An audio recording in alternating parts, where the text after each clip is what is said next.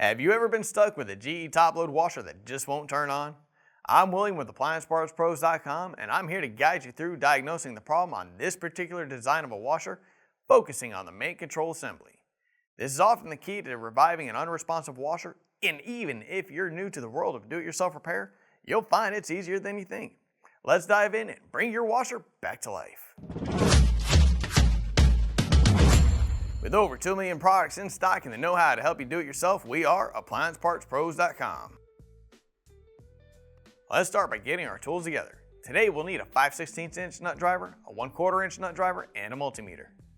Also, please remember that safety comes first. Always disconnect your top-load washer by unplugging it or switching the breaker off.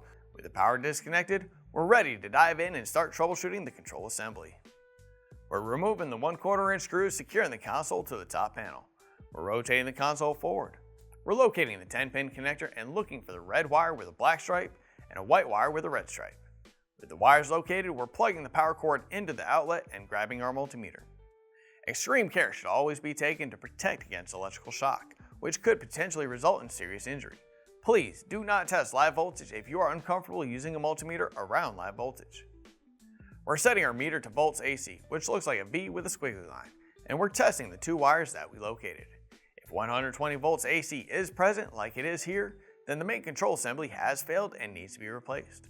If there's not 120 volts AC, it is possible that the power cord is an issue.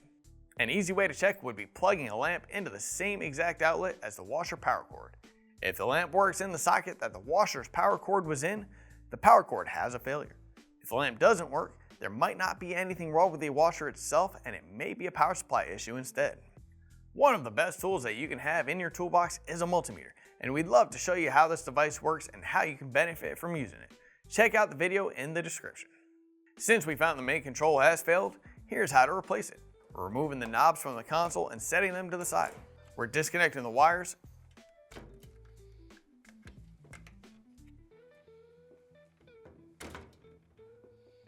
We're grabbing our 5/16 inch nut driver and removing the mounting screws from the main control selector assembly, which includes the selector control. With the screws removed, we're lifting the boards out.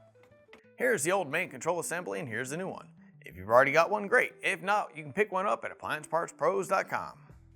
We're setting the main control assembly into the console and securing it with the screws we removed.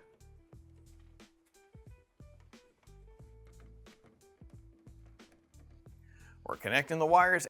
We're installing the back console panel, securing it with the 2 screws on the inside, and then rotating the console into place. We're securing them together with the screws we removed at the beginning. We're inserting the knobs onto the stems. We're plugging the power supply cord in, and with that, we're done. We hope this troubleshooting guide has helped you pinpoint the issue with your GE top-load washer. If the main control assembly is the culprit, be sure to get your model number ready and visit appliancepros.com to order your replacement part. Most orders arrive within just a couple of days, so you can have your washer back in action in no time. Once you've completed your repair, we'd love to hear how it went. Feel free to share your experience and any tips you might have in the comments below. Thank you for watching and happy repairing.